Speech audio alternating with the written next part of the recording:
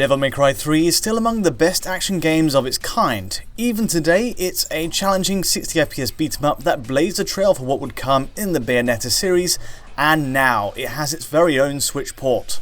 For those waiting on the elusive Bayonetta 3 then, it's possibly the next best thing that could appear on the console, and yet we can't celebrate just yet.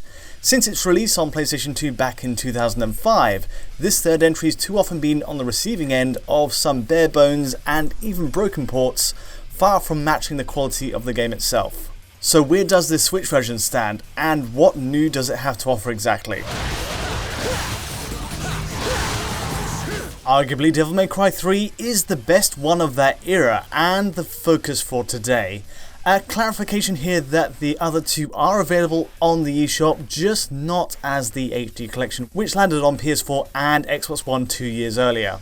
It's only a 5GB install too, so space is clearly not the issue for splitting them out. Putting this aside though, what Capcom does offer on this Switch edition of DMC3 are some unique extra features. You get 2-player support via a co-op mode that has Dante and Virgil surviving waves of enemies in the Bloody Palace. You can use the Joy-Cons held sideways if needs be, plus it even lets each player use weapon loadouts from the solo adventure. It's a neat arcade-style extra, but still the main adventure is the big attraction. What else? Well, the single player has a new Freestyle Mode, letting you change Dante's playstyle on the fly right from the start of the game. This is as opposed to swapping it between missions, and overall adds some flexibility to your combo making. Each D-pad button lets you choose between Trickster, Royal Guard, Swordmaster and Gunslinger types. With a burst of colour, the role of that special B button changes, opening up the options to even more lavish mid-air juggles. Still, fundamentally, Switch brings the same core game as the special edition on PS2, shown here, though clearly we've come a long way in image quality. What we have on Nintendo's handheld is possibly the best version out there. Even with these extras though, there are still some bizarre technical choices that mar the experience. There's a history to this which adds some context to this Switch port. We got off to a rocky start with that infamously poor PC conversion a year after the PS2 original. You were limited to just a windowed mode there, in 4:3 aspect ratio no less, and with limited resolution controls going up to 1600 by 1200. Graphics options were entirely absent too, and worse still, it came at a time before the Xbox 360 controller was standardized on PC. So what that means is, out of the box, gamepad support relied on using the keyboard keys for movement, while actions were mapped to a controller's face buttons. It was possible to work around it with third-party software, but the bottom line is, the game was poor as a PC port. The HD collection, first released on last-gen machines in 2012, fixed a lot of this at least. Controller support worked at last, though otherwise, it was still a disappointment in its settings. You have a basic anti-aliasing toggle on PC, but try as I might, full screen playback at resolutions higher than 1080p is still not allowed. That's how it stands to this day on PC, a remarkably low bar for Switch to clear really. Resolution wise, Nintendo thankfully goes for broke with a full 1920 by 1080 presentation while docked. As a portable, that changes to a native 1280 by 720 to match the display dimensions. It makes sense, crisp, clear in gameplay, and all running at a fluid 60 frames per second. There is a catch to all of this I'll get to in a moment, but bizarrely the anti-aliasing mode we have on PC just doesn't engage on Switch. You'll see rough edges and visual noise on those long gothic structures, weapons and so on. But besides that, the basics are great for Switch. Let me also say right now that performance-wise, this Switch port is an absolute success. Here's a quick clip as an example. It more or less runs at a full 60fps with VSync engaged, whether docked or portable all the way through each mission. The renderer swaps to a 30fps cap for cutscenes, likely due to the way the performance capture was handled, but it's 60fps for gameplay all the way. A reasonable setup I think, and in line with the PS2 original's intent. The only drawback really is that, much like the HD remasters, there's no touching up to the textures or effects. Everything is presented at a much higher resolution, yes, but the core assets are taken from a 2005 game, and it shows in these often murky low-res texture maps. So, to the more glaring problems. The main one? Just as with the textures being plucked from the PS2 era, some cutscenes are also just movie files meant for a standard definition TV. Most scenes will run entirely in-engine on Switch, and you can tell them apart by their 1080p picture. However, others, notably the opening cinematics, were simply too complex for the original PS2 hardware to render in real time. What this means for Switch today is, select scenes will just run the same compressed video file as used on PS2 back in the day. It's the same problem as seen on the HD collection, even on PC where you'd hope to see sky-high resolutions. Fortunately, these were all presented back then in a 16:9 letterbox presentation, which translates well to Switch's widescreen display. Sorry, not open for business yet. Sadly, it does make for a less than stellar first impression. Take this action scene with Dante and the pizza as an example. The action is brilliant, though technically it's nothing too strenuous for the hardware today. And yet Switch is pushing a pre-encoded video that measures in at around 324p, essentially removing the black borders of the PS2 presentation for a pixel count under 480p.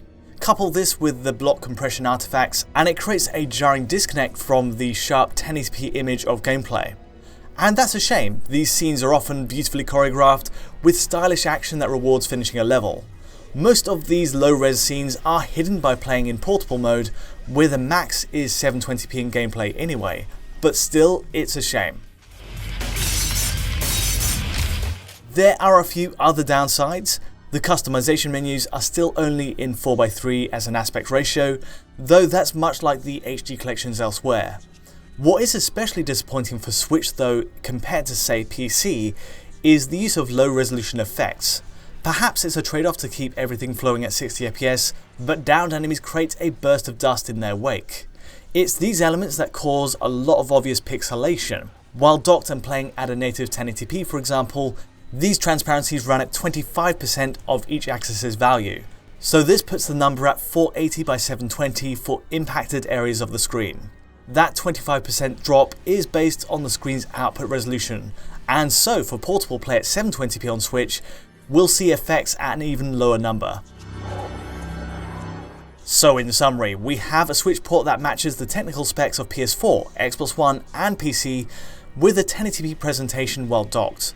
We have new modes for multiplayer and an extra freestyle option in solo play, and most crucially, the ability to take the game anywhere as a portable experience. The drawbacks in these sub-native effects are disappointing, yes, but still not a deal breaker given the quality of the gameplay. Loading is near instant between each area, often small by nature due to PS2's limited memory resource. Nevertheless, it all flows beautifully on Switch, which I think is the saving grace here. Animations are snappy and satisfying to this day, right down to those iconic enemy juggles with gunfire as you strafe. Overlooking the basic texturing, if this game debuted today, the mechanics alone make this a brilliant ride, and I've loved returning to it. Playing Devil May Cry 3 in 2020, it's also hard to overlook the parallels it has with the likes of the Dark Souls games, certainly as far as the difficulty goes. As a series, Capcom pushed a unique visual style for its day. The Gothic architecture falls close to Demon Souls in some respects, especially with one early level focused on travelling to the top of an eldritch spire. Dante collects souls, battles with a heavy focus on 3D targeting, and even the brutal boss difficulty has a passing similarity. There's a focus on reading enemy moves, dodging and recognising patterns, a trial and error sequence that might strike a chord with fans of that series. Of course, Devil May Cry 3 sells on its own merits as an action game. It's its own beast, and it's just a pleasure to see it brought back, even if the camera perhaps doesn't hold up by today's standards here.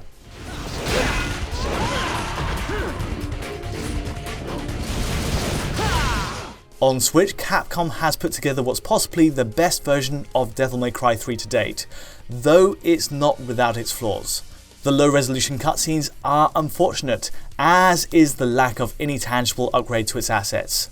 But fundamentally, it plays fluidly, and the thrill of combat still holds up wonderfully. It's also a perfect standby for Bayonetta fans waiting on the edge of their seats for the next release.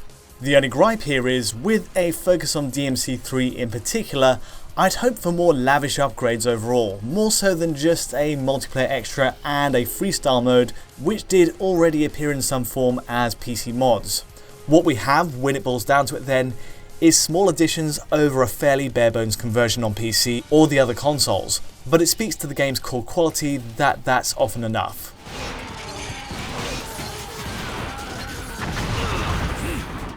A recommend from me then, despite these gripes. After years of poor conversions, it's a relief to see progress is being made in the delivery of the game, even if we're not 100% there yet. But that's enough from me. If you did find this video useful or insightful in any way, please let me know by liking or subscribing, and don't forget to hit the bell to get notifications as any new video lands. To get a high quality version of this video, check out our Patreon at digitalfoundry.net, and to get in touch with me or the team, just use Twitter. But from me for now, thanks for watching.